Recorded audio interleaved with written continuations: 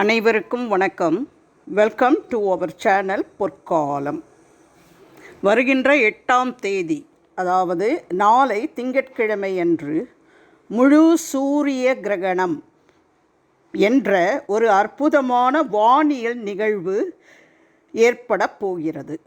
சந்திரன் பூமிக்கும் சூரியனுக்கும் இடையில் கடந்து பூமியின் மீது நிழலை ஏற்படுத்துவதே சூரிய கிரகணம் என்று அழைக்கப்படுகிறது. இந்த சூரிய கிரகணம் ஏப்ரல் 8ஆம் தேதி திங்கட்கிழமை அன்று நிகழ்கிறது. இந்தியாவில் அது காணப்படாது என்றாலும் கிரகணத்தின் தாக்கம் இருக்கும் என்பதால் அந்த நாளில் சூரிய கிரகணத்தின் போது கவனம் செலுத்த வேண்டிய சிறப்பு விஷயங்கள், தவறாமல் செய்ய வேண்டிய செயல்கள், மறந்தும் செய்யக்கூடாத செயல்கள், கர்ப்பிணி பெண்களின் கவனத்திற்கு. 5வது, சூரிய பகவானின் பூரண அருளை பெற கூற வேண்டிய மந்திரங்கள் மற்றும் எளிய ஒரு வரி மந்திரங்களை இந்த பதிவில் பார்க்க போகிறோம். வாங்க நம்ம வீடியோக்குள்ளே போகலாம். 2024 ஏப்ரல் 8ஆம் தேதி வருகின்ற சூரிய கிரகணத்தின் போது எந்த விஷயங்களில் சிறப்பு கவனம் செலுத்த வேண்டும் என்பதை பார்க்கலாம். நீங்கள் கவனம் செலுத்த வேண்டிய சிறப்பு விஷயங்கள் என்னென்ன? முதலாவதாக, சூரிய கிரகணம் 2024 உங்கள் பிறந்த நட்சத்திரத்தில் அல்லது உங்கள் பிறந்த ராசியில் ஏற்பட்டால் நீங்கள் முக்கியமாக சூரிய கிரகணத்தின் தீய விளைவுகளை பெறலாம் என்பதை நினைவில் கொள்ள வேண்டும். அத்தகைய சூழ்நிலையில் நீங்கள் சூரிய கிரகணத்தை பார்க்க முயற்சிக்கக்கூடாது, அதிலிருந்து தூரத்தை பராமரிக்க வேண்டும். 2வது, குறிப்பாக சூரிய கிரகணத்தின் சூத காலத்திலும் சூரிய கிரகணத்தின் காலத்திலும் நீங்கள் உங்கள் முழு மனதுடன் சிவபெருமானையோ கடவுள் சூரிய பகவானையோ அல்லது வேறு எந்த கடவுளையோ வணங்க வேண்டும். நீங்கள் விரும்பினால் நீங்கள் அவருடைய மந்திரத்தை உச்சரிக்கலாம் அல்லது பஜனை செய்யலாம். இருப்பினும் சிலைகளை தொடுவதை தவிர்க்க வேண்டும். 3வது, நீங்கள் கர்ப்பிணி பெண்ணாக இருந்தாலும் அல்லது ஏதேனும் குறிப்பிட்ட நோயால் பாதிக்கப்பட்டவராக இருந்தாலும் சூரிய கிரகணத்தை பார்ப்பதை தவிர்க்க வேண்டும். 4வது, சூரிய கிரகணத்தின் போது சூரிய கடவுளின் சிறப்பு மந்திரத்தை நீங்கள் உச்சரிக்கலாம். அதை உச்சரிப்பதன் மூலம் நீங்கள் அற்புதமான நல்ல பலன்களை பெறுவீர்கள். ஓம் ஆதித்யாய வித்மகே திவாகராய தீமகி தன்னோ சூரிய பிரசோதயாத். ஓம் ஆதித்யாய வித்மகே திவாகராய தீமகி தன்னோ சூரிய பிரசோதயாத். 5வது, சூரிய கிரகணத்தின் போது யாரையும் விமர்சிப்பதை தவிர்க்கவும் கோபப்படவும் வேண்டாம். 6வது, நீங்கள் தேடுபவராக இருந்தால் அல்லது ஏதேனும் ஒரு மந்திரத்தை நிரூபிக்க விரும்பினால் சூரிய கிரகணத்தின் போது அந்த மந்திரத்தை தொடர்ந்து உச்சரிப்பதன் மூலம் நீங்கள் விரைவில் வெற்றி பெறலாம். ஏனெனில் கிரகண காலத்தில் எந்த மந்திரத்தை ஜபித்தாலும் பல 1000 மடங்கு பலன் கிடைக்கும். சூரிய கிரகணத்தின் சூத காலத்தில் நீங்கள் செய்ய வேண்டிய சில முக்கியமான வேலைகளும் உள்ளன. இவ்வாறு செய்வதன் மூலம் சிறப்பான பலன்களை பெறலாம். சூரிய கிரகணம் சூத காலத்தில் நீங்கள் செய்ய வேண்டிய சில சிறப்பு பணிகளை உங்களுக்கு இந்த பதிவின் மூலம் தெரியப்படுத்துகிறோம். சூரிய கிரகணத்தின் சூத காலத்திலிருந்து சூரிய கிரகணத்தின் முக்தி வரை நீங்கள் கடவுள் கீர்த்தனைகள் மற்றும் தியானம் செய்ய வேண்டும். சூத காலத்தில் உங்கள் இஷ்ட தெய்வம், உங்கள் குல தெய்வம் அல்லது எந்த தெய்வம் அல்லது கிரகத்தின் மந்திரத்தை உச்சரிக்கலாம். கிரகணத்தின் சூத காலத்தில் எந்தெந்த தானங்கள் செய்ய வேண்டும் என்று தீர்மானம் எடுக்கலாம். கிரகணம் முடிந்தவுடன் அந்த தானத்தை முதலில் செய்ய வேண்டும். சூரிய கிரகணத்தின் சூத காலத்தில் நீங்கள் யோகா அல்லது தியானம் செய்யலாம். கிரகணம் முடிந்தவுடன் நீங்கள் உடனடியாக குளித்து வீட்டில் கங்கை நீரை தெளிக்க வேண்டும். நீங்கள் விரும்பினால் புனித நதியிலும் நீராடலாம். சூரிய கிரகணத்தின் சூத காலம் முடிந்த உடனேயே நீராடுதல் முதலியவற்றை செய்து தூய்மையான பிறகு சிலைகளை கங்கை நீரால் சுத்திகரித்து வழிபட வேண்டும்.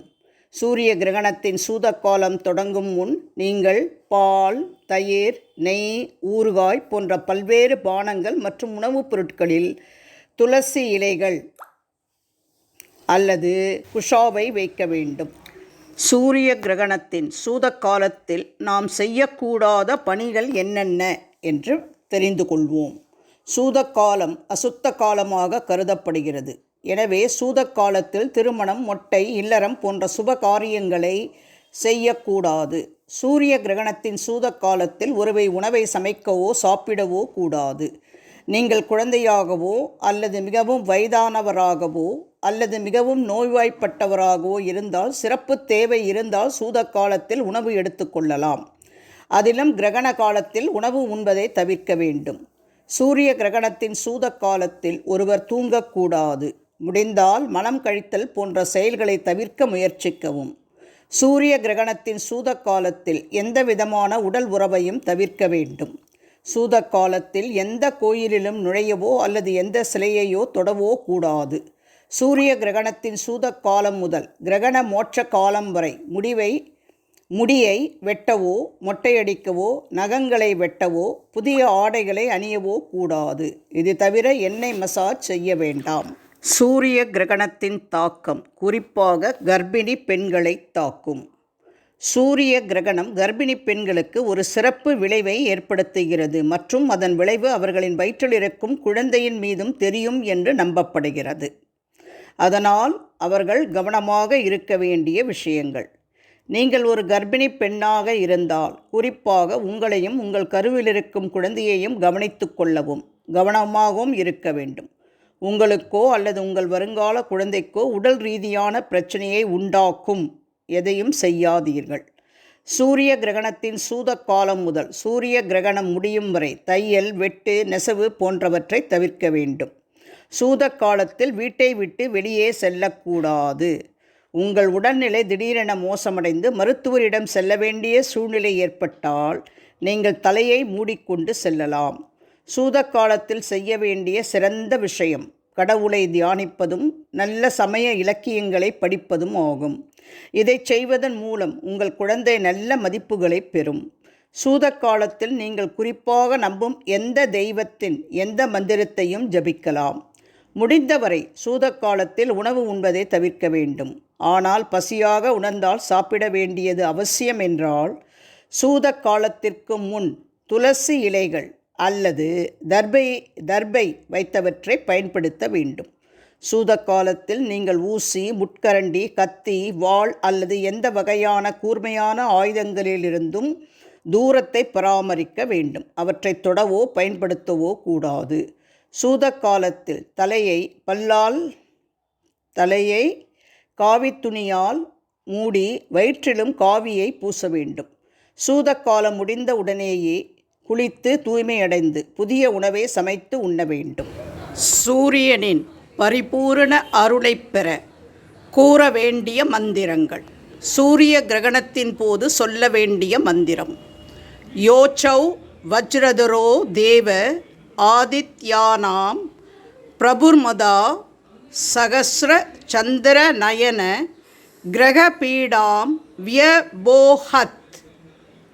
யோச்சௌ வஜ்ரதரோ தேவ ஆதித்யானாம் பிரபுர்மதா சகஸ்ர சந்திர நயன கிரகபீடாம் வியபோஹத்.